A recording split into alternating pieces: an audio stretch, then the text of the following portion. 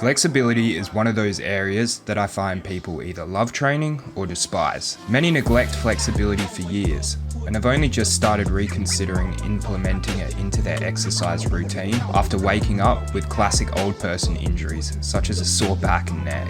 I also have a love-hate relationship with training flexibility. On one of the first yoga and primal movement classes I ever attended, my biggest takeaway was that it really highlighted how limited my movement was from years of strength training. It became apparent that if I continued to neglect flexibility training, I would become more and more limited in the activities I could do as I aged. Although I really didn't want to go back, I forced myself to time and time again. And after seeing progress, noticing the benefits of my physical and mental health, the peace of mind and improved sleep after a good session, and so many other improvements in the overall quality of my life, I finally began to not only see the utility in flexibility training, but also began to enjoy it for these very reasons and the results I was seeing. It also completely changed the way I think about training. I used to think that training was about pushing your body to its limits, and that burning the candle at both ends was a rational and reasonable approach. But one of the things I learned through yoga and primal movement is that you can get the best of both worlds if you are educated and approach training intelligently.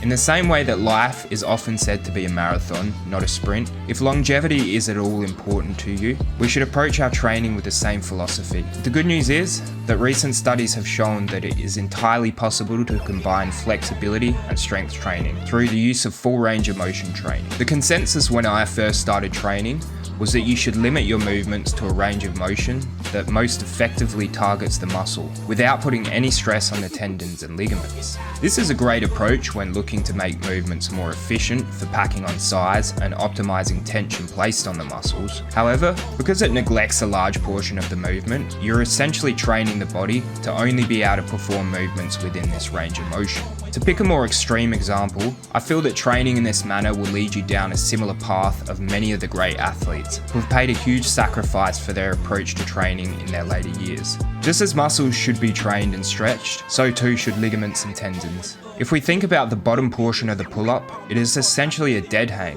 which stretches out not only the lats, but the entire upper body due to gravity. A machine pull-down also offers similar benefits, as the weight will act in the same way that gravity does during a pull-up and stretch out the upper body. Full range of motion push-ups can increase the flexibility in the shoulders while making them strong and bulletproofed against injury. You don't even have to do this on every set. You could, for example, do a couple of sets where you maximize muscle tension, and on the final set, treat it as a stretch and release set through over-emphasizing the range of motion of the movement. One extremely important thing to note is that muscles strengthen and grow at a much faster rate than ligaments due to the difference in blood supply. So, if you use this approach, be cautious. Use proper form and technique, as well as slow and controlled reps.